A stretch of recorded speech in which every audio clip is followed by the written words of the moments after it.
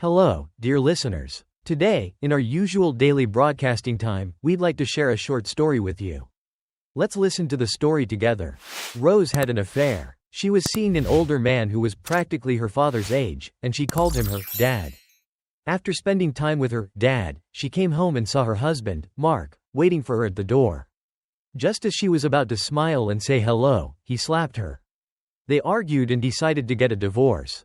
She left the house and went to find her dad. The two of them lived together in an apartment, enjoying a luxurious life every day. It made Rose even more bold. I really know how to get him to spend money, she thought to herself. Rose called her ex-husband and demanded that he pay back all the money her dad had spent on them in the past. He laughed and said he had already paid her dad back. She was furious and said, "Why didn't you pay me back?" He scoffed and replied, "You have money? That's your money?" He then showed her his bank balance, making Rose regret her actions. She pretended to be calm and left. She planned on going home to talk to Leonard, but she found that her elevator card wouldn't work. The security guard told her that her card had been cancelled, and she wouldn't be able to get into her house. Rose realized that she was too late to regret her actions. Rose and Leonard, her dad, walked into the small, dilapidated house in the neighborhood. It was the same house they rented when they first got married. Mark was just coming home from work when he saw his wife and her dad walk in. He ran up to her and hugged her, greeting them both. "Rose, you're home. Are you tired? How about you, Dad?" He then told them to sit down and he'd get them some water. Mark had never had parents, he had lived in an orphanage. He had always hoped that someone would come and take him away, but that feeling of loneliness had haunted him for 20 years. It wasn't until he met Rose that he felt like he had a home to come back to. Mark went into the kitchen and poured water for them. Rose, in a whiny voice, "Dad, why do you have to go back in there? He is making me feel sick." Leonard, enjoying the attention from Rose, whispered something to her, just loud enough for them to hear. "Of course I want to see how big his horns are." Rose lightly hit Mark's arm. Mark was oblivious to their secret glances and flirtatious behavior. He brought the water to Leonard. "Dad, will you stay for dinner tonight? I just barely managed to convince Rose to come home," Mark said, offering Leonard a seat. Mark was simply being polite, but Rose immediately chided him. "Let him go home and rest, Mark. You're being dumb." Leonard also declined. "I'm good, thanks. If you need anything, just call me." Rose walked Leonard out to the gate, but before he got in the car, she pulled him back for a hug and a kiss on the lips. "Go inside, honey. He's gone now. Are you trying to rush me out of the house?" Leonard, indulging her, said, "Come on, go in. I'll be on my way." He got in the car and left. Rose walked back inside. Dinner was already set, but only a few simple dishes were on the table. The sight of the meager meal made her lose her appetite. "Honey, come eat. I made fish soup today." Rose sat down at the table and looked at the unappetizing food. It wasn't even a tenth as nice as what she ate with her dad. "How can I eat this, Mark? I have to go to work," Rose said angrily. Even though she hadn't had a job since she started seeing Leonard, she used it as an excuse to criticize her husband. The more she became accustomed to a luxurious lifestyle with Leonard, the more she hated Mark's poverty. Mark, seeing his wife's anger, put down his bowl and tried to appease her. "Honey, keep working hard. We need to save money for a car, a house, and to raise kids in the future. I think the food tastes good, though. It has vegetables and meat." Rose glared at him. "You're so poor. You can't even afford to eat well." She tried to hide the mocking look in her eyes. She stood up and said, "I'm not eating. You eat. I'm going to take a shower." Mark quickly stopped her. "Rose, don't you want to eat anything? You'll be hungry later. Just eat a little bit. We'll eat something delicious tomorrow, okay?" Rose looked at him, then sat down and ate the meal, thinking to herself, "Why did I marry someone so poor? I'm beautiful. I could have had anyone I wanted just by talking to them." She blamed herself for being foolish.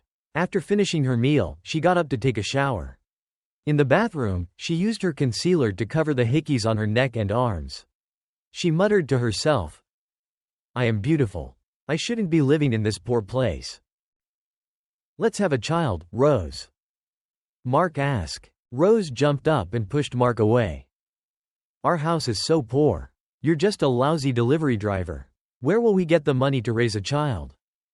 Mark was surprised. She had always been soft-spoken and even agreed to having children before. Now, hearing her call him a poor delivery driver, he was speechless.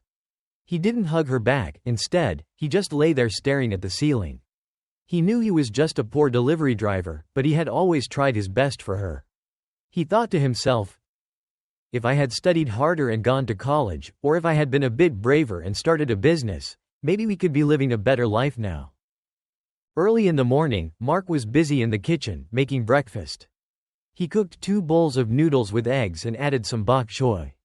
The delicious aroma filled the air, making him feel happy. "Honey, come eat breakfast," Mark called out. Rose, irritated, jumped out of bed and looked at the clock. It was only 6 a.m. She grumbled and brushed her teeth before coming to the kitchen. "Why are you yelling so loud, Mark? Are you afraid the neighbors won't hear you?" Mark scratched his head. "I was afraid you'd sleep late and miss work." Rose said nothing, but she ate the noodles. Mark finished washing the dishes and saw Rose putting on makeup. "You're a factory worker. Do you really need makeup to go to work?" Rose gave him a freezing look, making Mark stop smiling. He quickly apologized. "Sorry, I don't understand. You always have to look your best." He then kissed her on the cheek and hurried out to work.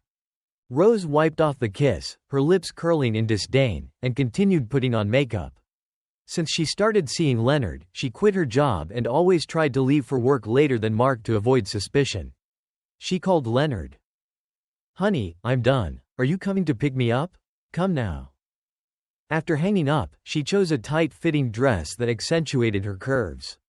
She stood in front of the mirror, smiling, and said, "I really look better in glamorous clothes." She grabbed her purse and walked out the door. The sound of her high heels clicked against the floor. Rose reached the gate and saw a luxurious car parked nearby. She calmly walked toward the car and opened the door. As soon as she was inside, she went straight for Leonard, her dad, and kissed him on the lips. "Take me shopping today. I'll buy whatever I want. You'll pay for everything. I love you so much." She kissed him on both cheeks. "What does it matter if he's older? He's better than someone who can't even afford to buy me nice things." They spent the entire morning shopping and going on a yacht. Rose took a sip of her wine, feeling content. This is how life should be. Mark arrived at the post office quite early. He sat down and scrolled through his phone for a while. Soon, a young guy with blonde hair came over and sat next to him. "Mark, what are you looking at so intently?" Mark handed his phone to the young man. "Look, that's my wife. Isn't she beautiful?" The blonde guy, after taking a look, exclaimed, "Wow, she's really beautiful. You're so lucky." "Yeah, she's beautiful. But you know, I think I've seen her somewhere before." Mark didn't pay much attention to his friend's remark. After all, they see hundreds of people every day in their line of work. "Your sister-in-law is even more beautiful. You can't possibly remember everyone," Mark said. "It's just that, we meet hundreds of customers every day, so many different faces, it's bound to happen." They started working after a while. Mark rode his motorcycle, visiting different alleys. The summer heat was blazing, making his face feel hot and uncomfortable, but he smiled. He was working hard, hoping to save enough money to build a big house for Rose. He wanted her to stay at home and be beautiful. Later in the afternoon, while delivering a package to a customer in an apartment building, Mark received a text message from his friend, the blonde guy. He sent a picture. The moment Mark opened the image, his body went rigid. He didn't know what to feel. Pain, jealousy, anger, helplessness. He realized that he was a fool. He had been so kind to his cheating wife and had treated her lover like a father figure. "Are you all right?" Mark shook his head and scanned the customer's barcode. He then walked slowly downstairs and sat down by a tree, staring at the picture again. The picture showed Rose, the woman he loved and cherished, walking hand in hand with the man he respected and admired, the one he called Dad. They were entering a motel. Even if Mark wanted to believe otherwise, there was no logical explanation. The wife he thought was working hard every day was actually cheating on him behind his back. He had even worried about her being tired and made sure she ate enough. Mark chuckled bitterly. He couldn't remember how he finished delivering packages that day. When Mark got home, Rose wasn't there yet. He didn't turn on the light and just sat on the couch, his mind racing. The more he thought about it, the angrier he got. The feeling of betrayal was unbearable. He kept asking himself, how could she do this to me? Rose came home and found the house dark. She thought Mark must not be back yet. She fumbled for the light switch and turned it on. She saw Mark sitting on the couch, staring at her. She was about to say something, but before she could, he slapped her hard across the face. Rose was stunned, not understanding what was happening. She had been slapped. She couldn't believe that her gentle and clueless husband would actually hit her. Where were you? You just got home now. Mark yelled, holding up his phone. Look at this. It's a picture of you and that old man at a motel. Rose looked confused for a moment, then she started shouting. I was with my dad. What's the big deal? We were just hanging out. What's wrong with going to a motel? He's practically my father. She was so angry. It's none of your business. Don't forget, your clothes, your car, your house, they're all from him. Mark was stunned. He had completely lost hope. He had hoped to see the original Rose in the woman in front of him, but all he saw was someone who was greedy for money, someone who had been sleeping with an old man, someone who wore makeup and seduced men. You're a terrible person. I'll pay back everything I owe Leonard, and you get out of my sight. I don't want to live with a poor delivery guy like you. It's better if you live in poverty for the rest of your life. Get a divorce. Rose turned away and left the rundown house. There was no sadness or regret on her face, only anger at being insulted. She should have turned around and slapped him. She called Leonard and cried. He knows about us, he kicked me out. What are we going to do? Leonard panicked. Honey, don't cry. Who dared to bully you? Tell me, I'll take care of it. He tried to comfort Rose, but it only made her feel even more wronged. He knows about us, and he still kicked me out. Be good, don't cry, I'll come get you. Leonard said. Rose waited for almost an hour until Leonard arrived. As soon as he stepped out of the car, she ran into his arms and started crying. Leonard felt sorry for her. I'll find you an apartment. Let's leave that poor guy behind. Rose nodded and got in the car with Leonard. Leonard called his friend and asked him to find an apartment in the city center as quickly as possible. He drove Rose there. When they arrived, Leonard's friend handed them the elevator card and the keys. As Rose looked at the luxurious apartment, she threw her arms around Leonard. This is so beautiful. I love you so much. She then walked around the apartment, looking at the surroundings. This is where I belong. Leonard hugged Rose from behind. This is where you'll live now. I can come over and spend the night too. He put his hand inside her short dress as he spoke. Rose smiled and turned around to kiss Leonard. They went from the living room to the bedroom. The next morning, Mark went to work, looking dejected.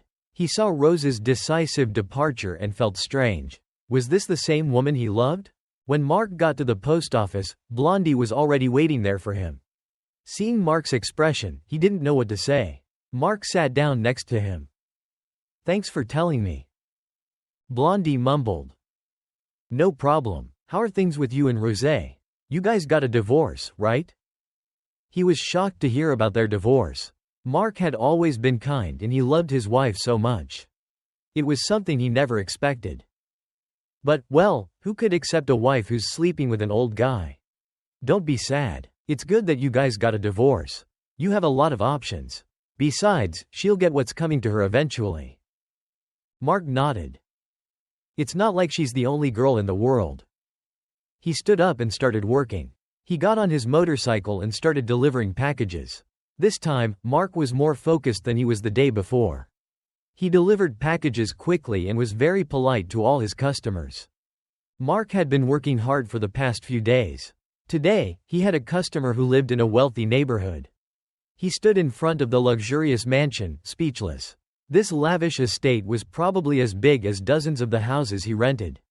Mark watched as a man in a suit walked out from behind the heavy iron gate, its surface coated in gold. Mark came back to his senses and took out the customer's package. "Victor, right? Here's your package."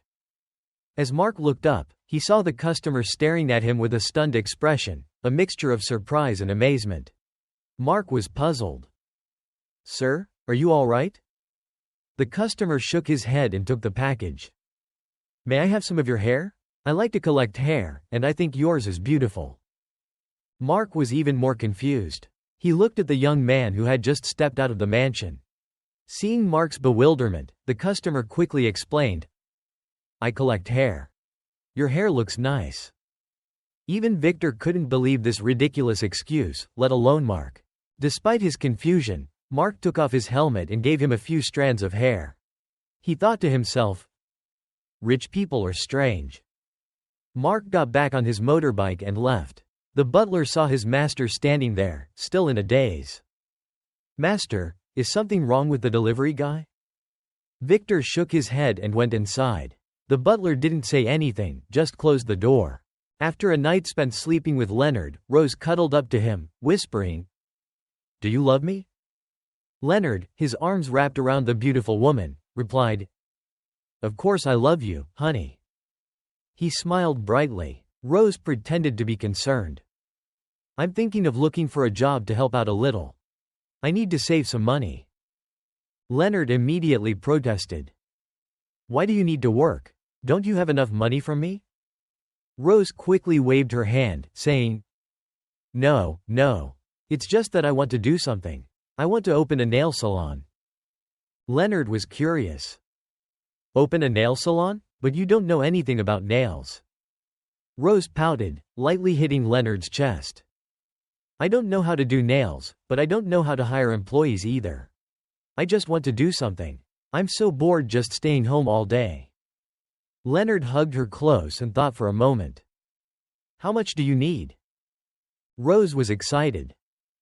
"You'll give me the money, right?" Leonard nodded. After hearing that Rose needed $8, he thought for a moment. "Okay. I'll transfer it to you at the end of the month." Rose happily kissed his old face. "I love you so much. You are so good to me. I don't need to do anything. I can just stay home and take care of you." Rose smiled slyly. She was so happy. She always knew how to get him to spend money on her. Leonard smiled contentedly. They were back to their usual lovemaking. For days, Mark's life was a cycle of eating, sleeping, and working. He wanted to earn as much money as possible to pay back that old man. He arrived at the post office early, as usual, and scrolled through his phone. Soon, Blondie and a few other colleagues arrived. Blondie rushed over and sat beside Mark. "How are you doing lately, man? You're working yourself to death. You're going to drop dead if you keep this up." Mark glared at him, but he knew Blondie was just concerned. "I'm doing this to pay off a debt," Mark said. Blondie didn't remember what the debt was. "What debt? How much is it? Maybe I can lend you some money. I don't have a wife or girlfriend," Blondie said. Mark was touched. He probably couldn't count on anyone else but this kid for genuine help. "Nah, it's a debt to my ex-wife's lover. Don't worry about it." Blondie didn't pursue the topic any further. He leaned in close to Mark's ear and whispered, "I saw your wife with that old guy. They were talking outside a nail salon. I think he bought her the salon." "She's not my wife anymore," Mark said, and Blondie nodded. Mark remembered that Rose had said she loved doing nails and that she was saving up to open her own salon. Now, she had her salon, thanks to her work in the bedroom. As they were preparing to leave with their packages, a man of significant stature entered the post office. He had an imposing presence. He was wearing a suit, but they didn't know what brand. It just looked very expensive. He had a middle-aged man following behind him. The two of them scanned the room before locking eyes with Mark. Mark gulped. "Did I do something wrong? Did I deliver the wrong package?" The younger man, wearing a suit and looking very sharp, approached Mark. "Can I talk to you for a minute?" Mark stammered. "But I have to work." How about we talk later this afternoon? Blondie rolled up his sleeves, ready to fight at any moment. The middle-aged man hit the younger man's back, then walked toward Mark with a warm smile. Don't be afraid. We won't hurt you. We just want to talk for a while. Mark was surprised. But I don't know you guys. I don't know who this guy is. What do you want to talk about? The manager of the post office ran out. He stood there, looking hesitant. What would you like, sir? The man glanced at the manager, then handed him an envelope. Mark guessed it was money. I want to talk to Mark for a while. Let him take a break for the day. Before Mark could say anything, the manager agreed. He pushed Mark toward the man and said, You don't have many packages today. Just go talk. Mark couldn't refuse, so he went with them and got into a luxurious car that he could only dream of owning. He sat in the back, feeling anxious. The older man kept asking him about his interests and work. Mark was confused, but he didn't dare refuse to answer. He had lived in an orphanage since he was a kid and didn't know how to deal with wealthy people. He just hoped the car would speed up so he could escape this stifling atmosphere. We'll buy a salon that's already up and running. That way, we won't have to spend money building one and we won't need to train any staff. Rose walked into the third nail salon, frowning. A receptionist greeted them. Welcome. What service would you like? Rose flicked her hair and dragged Leonard inside, looking around. The receptionist followed them, making Rose feel uncomfortable. Call your manager over here. The receptionist was confused. Did I do something wrong? She looked at Rose's angry face and reluctantly called the manager. Soon, the manager rushed out. Welcome, ma'am. Is there anything wrong with the service? Rose looked at the manager and said, I want to buy this salon. Her statement attracted everyone's attention. The employees and customers all stared at Rose. She wasn't embarrassed, she felt proud. She had money, and she had the right to do whatever she wanted. The manager's face didn't look happy. This salon is a branch of a well-known nail salon chain across the country. We don't sell or transfer it. Even if we did, I doubt you could afford it. Rose frowned and said sarcastically, This tiny salon? Why are you holding onto it if it doesn't make you any money? Leonard, let's go to a different salon. She said, Sure, and turned away. The people in the salon finally realized the relationship between Rose and Leonard. Some muttered criticisms, some scorned them. Look at that, calling him dad. He's not her dad, it's her lover. It's so common now. Young girls nowadays are all about living the good life and are too lazy to work. Their whispers made Rose clench her fist, her nails digging into her palm, making it bleed. But she didn't care. How dare they look down on me? What makes them think they're better than me? Meanwhile, a classy woman was sitting in a corner. She took some pictures and sent them to someone. Soon, her phone rang. Donatella, have you seen the pictures I sent? Yes, I know. Is this the nth one? What are you going to do? Let her enjoy herself for now. If she sees those pictures, she'll realize the difference between real wealth and fake wealth. Out on the street, Rose was complaining to Leonard. They're all looking down on me. Leonard stroked her cheek and laughed. Don't worry, honey. They can say whatever they want. I'm the one who loves you. They went to a few more nail salons, but they all got the same answer. No sale. Rose stomped her foot, frustrated. Leonard comforted her. We can open our own salon. We can hire staff. We can decorate it however we like. It's actually a good idea. Rose thought about it and agreed. Okay, help me find a construction company. We need to find a location too. It's so hot. I don't want to walk around too much, I'll get tanned. Leonard nodded. Let's go eat. I'm hungry. The two of them entered a luxurious restaurant and, as usual, Rose ordered the most expensive dishes. She complained that this dish was too bland and that it was too spicy. Mark followed the two men to a small coffee shop. They sat down, and the middle-aged man introduced himself. Hi, I'm Henry. This is Victor, my son. Mark suddenly remembered this man was the one who had asked for his hair at the mansion. He opened his mouth in surprise. Did I do something wrong? Or is there something wrong with the package I delivered? Victor shook his head. He handed Mark a sealed envelope and wanted him to open it. Mark hesitated, taking the envelope but not opening it immediately. Henry then explained, "I have 2 sons." Mark looked at him, puzzled. He hadn't asked about this. But he decided to listen to what Henry had to say. Henry looked at Mark with red-rimmed eyes and choked back a sob. "One of my sons was kidnapped when he was 4 years old. I searched for him for a long time, but I couldn't find him. I thought he was dead. How could a little kid survive?" Mark felt heartbroken. He handed Henry a tissue and comforted him. "It happened a long time ago. Just let it go. Your son probably wouldn't want you to be so sad." Henry nodded, wiping away a few tears. "I thought he was dead, too. But then Victor found him." "Oh, congratulations," Mark said, even though it didn't concern him directly. "I'm so happy for you. You're an orphan, so you probably don't understand. But I know how painful it is to lose someone, and finding them again is the biggest blessing in life. Open the envelope," Victor said, reminding Mark that he hadn't opened it yet. Mark was curious. He thought since he didn't know them, the envelope would contain something random. He opened the envelope layer by layer. Inside was a hospital report. Mark was confused and read the document. He didn't understand the technical terms, but he looked at the DNA test results. 99.99% match, father-son relationship. Mark then looked at the names at the top, Henry and Mark. "Your son's name is Mark? What a coincidence. My name is Mark too." Henry grabbed Mark's hand. Mark was confused and didn't understand what Henry was saying. "What do you mean? How could you? I'm an orphan." Victor spoke up. "I asked for your hair the other day because I wanted to do a DNA test.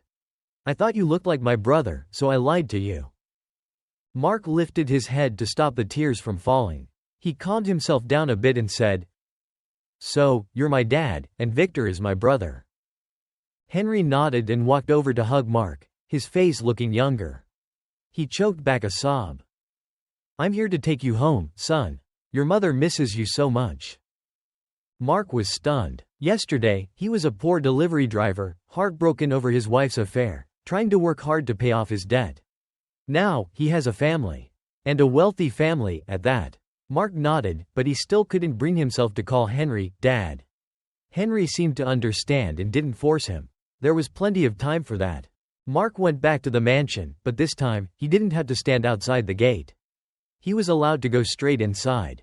He tried to appear calm on the outside, but inside, he was freaking out. This place was even bigger than he imagined, more luxurious than anything he could have ever dreamed of. As he stepped out of the car, a woman rushed towards him. Her eyes were red, and she looked at Mark with a mixture of sadness and longing. Hesitantly, he mumbled, "Mom?" Mary burst into tears and rushed to hug her long-lost son. "Oh, my son, you've grown so much. You must have suffered so much. It's my fault." Mark patted her back and tried to comfort her. He couldn't believe that he was the luckiest person in the world. He had found his parents. They led Mark inside the house and introduced him to the staff. Victor solemnly said, "This is our little brother. Please remember to help him out." The servants didn't dare say a word. They worked in a luxurious but disciplined environment. Who would want to give up a comfortable job like this? Mark was feeling overwhelmed by what he heard. He followed Victor and his parents to his room. The staircase was made of wood with gold-plated handrails, and Mark was afraid to touch it. They led him into a room that was cleaned and ready for him on the second floor. The room was bigger than both of his bedrooms back in the rented house combined.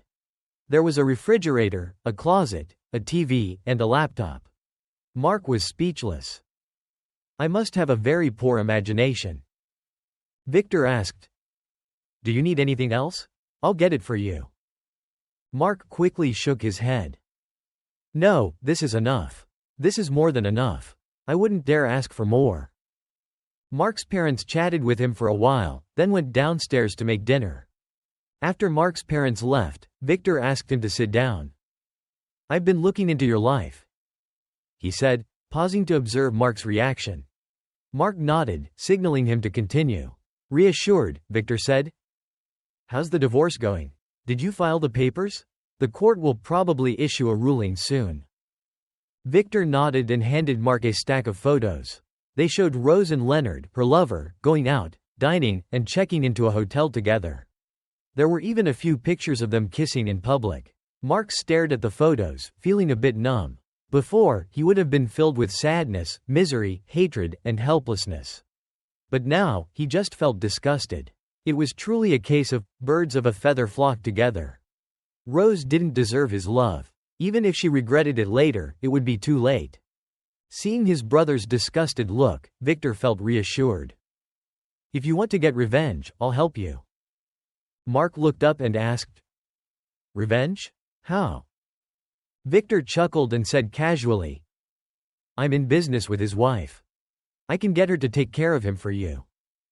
Mark's eyes widened. That was a great idea. His brother was smarter than him. Victor smiled and then stood up, getting ready to go downstairs for dinner.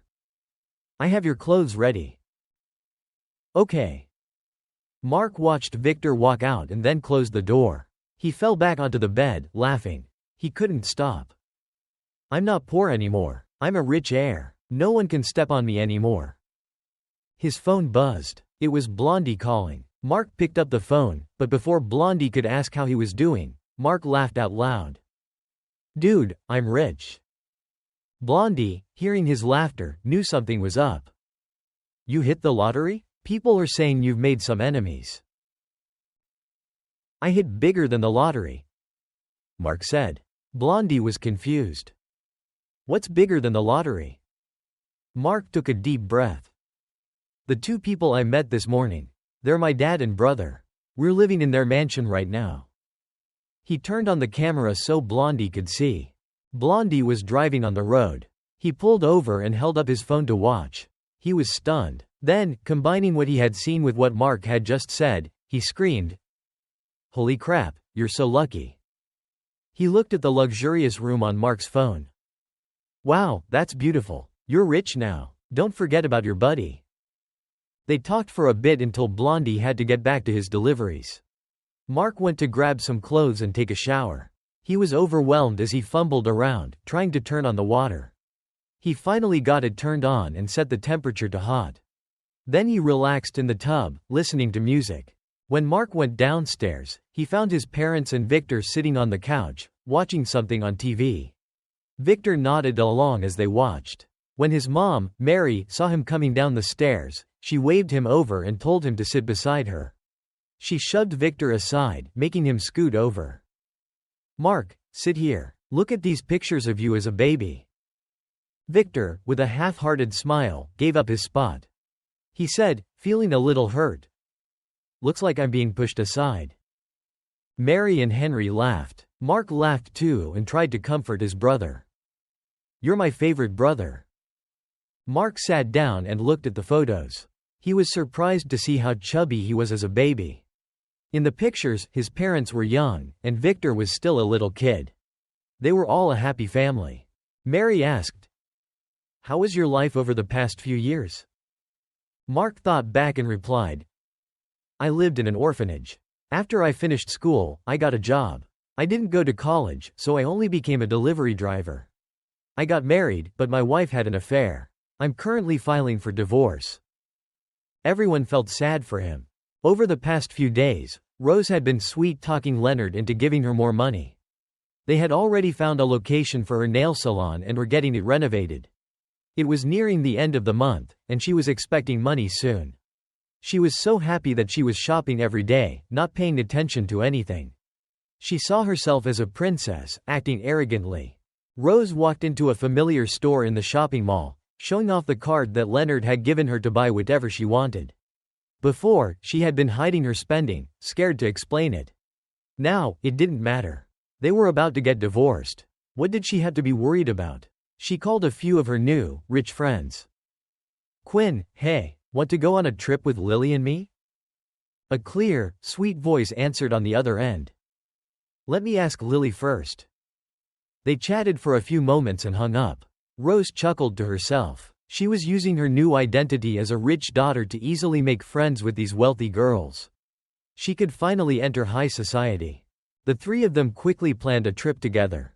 They went to a beautiful beach to sunbathe. Quinn was the daughter of a steel magnate, beautiful and intelligent. Rose had always been jealous of her. If she were in Quinn's shoes, she would have even more than what she has now. Lily, the daughter of a movie producer, met superstars all the time. The girls saw Rose's swimsuit and said enviously, "Wow, your body is amazing. You should enter a beauty pageant." Rose pretended to be shy. She rubbed sunblock on her skin and said, "You guys are much better than me. It's nothing special to have a good figure. Lily, you don't have a good figure, but you're the one who's talented." That statement hit Lily where it hurt, but she was easygoing and just brushed it off. "What does your dad do?" Rose felt a little uncomfortable. She didn't know what Leonard's job was, but she couldn't admit that. She just lied. "My dad is in real estate." "Let's go to your house sometime," Quinn said. Rose panicked and mumbled, "Okay, sure," and then excused herself to go buy some ice cream. She asked her friends what kind they wanted, being very accommodating. After Rose left, Quinn lightly flocked Lily's forehead. "What's wrong with you? Don't you realize she's faking it? So many people in this city are in real estate, and I don't know any of them. Maybe she's someone's mistress." Leonard was sitting on the sofa in his luxurious 3-story mansion, flipping through a magazine. A middle-aged woman walked down the stairs and saw him. She said, "What's wrong? Why did you call me back?" Donatella sat down and took a sip of tea. She pulled a stack of pictures out of her purse. "Look at these. They were sent to me by some partners and friends." Leonard felt a sense of foreboding. He opened the photos and saw a collection of pictures of himself and Rose going to the nail salon and then to a motel. There were even a few photos of them kissing in public. He angrily pointed at his wife. "Did you put a tracker on me? How else would they know?" Hoang Dung sneered. "Our marriage is a business deal. You were the one who begged us. Don't act like I need you. Now, you've offended some of my partners. I won't help you with anything anymore." She stood up and walked out of the house. Leonard looked at his wife with a feeling of disgust. Their marriage was a business deal. But to be honest, he did have a crush on her at first. But after living together for a long time, he realized that a strong businesswoman was just that, a strong businesswoman. She was always cold and unfriendly, never beautiful or flirty. She wasn't like a girl at all. Before Rose, he had been with many women. He didn't believe his wife could control him his whole life. Mark had been staying at home and enjoying himself for the past few days. He had been thinking about his delivery job. Blondie had seen that Mark was off work and invited him to eat. After their meal, they got drunk and Blondie yelled for his parents, giving Mark a headache. Mark got up and went outside to the garden, where he ran into the butler. "Where are you going, young master?" "I'm going back to my old house to get some stuff. I'm ending my lease there," Mark said. "Okay, I'll have the driver take you." Mark nodded, agreeing to get a ride. Before leaving, he had informed his landlord. When Mark arrived, his landlord was already waiting for him. She was stunned to see Mark get out of a luxurious car. "Wow, you're rich now, aren't you, the delivery driver?" Mark chuckled, a little embarrassed. "I found my real family." His landlord, who had known that Mark was an orphan, patted his back. "Congratulations. You've made it big, but where is your wife? I haven't seen her lately." Mark didn't know what to say. Rose had wronged him, but he couldn't badmouth her to others. "We're getting a divorce. We weren't compatible." The landlord, although she didn't know the details, didn't ask any further. She was too busy with her own worries. Mark handed her the keys to the house. He didn't bring much with him, as he had told his landlord to donate his clothes and furniture to the next tenant. Mark hugged his piggy bank, where he had saved his money for years, and went past the picture of his wedding. He looked at it for a moment and then walked away. He dialed a number on his phone. "Hey, are you free? I want to see you. I need to give you something." He heard the other person's mocking laughter. "I don't need to see you. Just send the money." 900 million. How can I afford to pay you back?" After sending the money, he heard the man's surprised laughter and then he hung up. Mark laughed to himself. The tables had turned. The divorce was finalized quickly. They both agreed to an amicable separation, so there was no need for a court hearing. Rose signed the divorce papers and then snuggled into Leonard's arms, whispering sweetly, "We're officially divorced now. We're free to be together." Leonard gently kissed her. He didn't care about their divorce. He actually preferred their secretive, clandestine relationship. He was enjoying the moment. Rose said, "When will you transfer the money? The nail salon renovation is almost finished." Leonard waited a moment and then asked, "Can you transfer it tomorrow or the day after tomorrow, honey?" She smiled, but her heart sank. She had spent all the money he gave her. She had already ordered a new dress and it was about to arrive.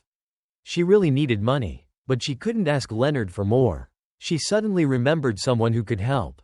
Didn't her poor ex-husband promise to pay her back? He would be able to help. Rose startled and saw Leonard's hand reaching for her chest. She knew what he wanted. She turned around and climbed on top of him. They embraced. When Rose woke up that afternoon, Leonard was gone. She went into the bathroom and showered, then put on makeup. She grabbed her phone and called her ex-husband. "Mark, what's up?" She was surprised that her former husband, who had always been kind and loving, was now speaking to her impatiently. She suddenly remembered the time when they were together. He would always protect her and make her happy. Then she thought about their small, cramped rented house. Rose shook her head and said, "We need to meet. It's urgent." Mark quickly replied, "Okay." Rose frowned. Mark had become so cold and indifferent. She decided to meet him at a fancy coffee shop. She wanted to show off to him, to let him know he had made the right decision to divorce her. She had a car, a luxurious apartment, and she could go shopping and travel whenever she wanted. When Rose arrived, Mark was already sitting there. She noticed something different about him. Where was the clueless, poorly dressed husband? He had become so stylish, and his outfits looked expensive. Rose was annoyed. She put her car keys on the table and sat down. "Sorry I'm late. Traffic was bad in the car." Mark looked up at her and said nothing. He reached out and placed his hand on her thigh. "Why did you call me?" Rose frowned. "You said you'd pay me back. Don't tell me you forgot." Mark chuckled. "Leonard didn't tell you that I already paid him back?" Rose's face paled. She yelled, "Why didn't you give it to me? And where did you get so much money to pay him back?" Mark looked at her mockingly. "Some people are so blinded by money. You're a woman who goes from one man to another, sleeping with whoever pays the most. You think you could even afford to eat if it weren't for Leonard? I'll tell you, the money Leonard spent on you wouldn't even be enough to feed you for a month." Rose was furious. She wanted to stand up and slap him, but she stopped herself. She didn't want to make a scene in public. Mark continued, "I think things are about to be settled." Rose looked at him, confused. "What do you mean?" Mark smiled. "Don't you think your lover should know what his new wife is up to? I bet you won't be able to get back into that apartment anymore." Rose was surprised. "What are you talking about? How would you know?" Mark took a sip of his coffee and then held up his phone, showing her his bank balance. Rose was stunned. Mark's balance was longer than her phone number. She didn't understand how he had so much money. "Don't try to trick me with your silly tricks. I don't care how much money you have. You're still a poor delivery guy." Mark wasn't angry at her words. "I found my real parents. This is the money they gave me. I bet you're really regretting this now." Rose was indeed regretting it. If she had known that her ex-husband would become wealthy, she wouldn't have had an affair with an old man who already had a wife. Mark saw her regretful expression and chuckled. He stood up. "You should go see if you can still get into your apartment. Goodbye, and don't ever contact me again." Mark walked out of the coffee shop, feeling a little dazed but genuinely smiling. As soon as he got home, he saw his parents and Victor sitting on the sofa. He didn't even have to look to know they were waiting for him. They wanted to hear all about it. Mary was the first to speak. "How did it go? Did you handle it?" Rose walked out of the coffee shop. If Mark was telling the truth, then Leonard's wife must know about Rose. Would she confront her? It didn't matter. She was no longer going to get any more money from him.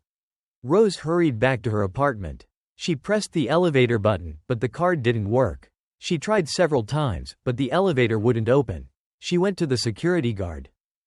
"Excuse me, is the elevator broken? I can't get it to work." The security guard looked at her and asked, "Are you Rose?" Before she could answer, the security guard said, "Your elevator card and your key card have been cancelled." The owner of the apartment, Mrs. Leonard, bought the apartment. She changed the locks. "Mr. Leonard left you this note." Rose trembled as she took the note. It simply said, "I have to stop this. My wife is making a big fuss. My bank account has been frozen. Don't call me again." Rose was terrified. She pulled out her phone and called Leonard, but a cold, feminine voice answered. "Don't call him anymore. He's not taking your calls." Rose tried to speak, but the call was disconnected. Her phone buzzed with an unknown number. She hoped it was Leonard, but it was a delivery service. "Hello, ma'am. Your dress has arrived. You can come pick it up and pay for it now." Rose was desperate. She didn't know what to do. She thought about her rich friends. Maybe she could borrow some money from them. She called Quinn. "Quinn, hey, Don't call me anymore, you homewrecker." Quinn said, hanging up. Rose then called Lily, but her friendly friend didn't answer. Rose slumped down and started crying next to the elevator. People walked by and ignored her. The security guard, although he hadn't seen or heard anything directly, guessed what was going on. No one sympathized with her. Her phone buzzed. It was the construction company. "We're done with the renovation. When will you come to pay us?" Rose screamed. "Get lost. Don't call me anymore. Go away." She sat there, crying, but no one helped her. She thought about her ex-husband, Mark, remembering how he had taken care of her. She started laughing. What had she done? She had left her love for money. Now, she has lost everything.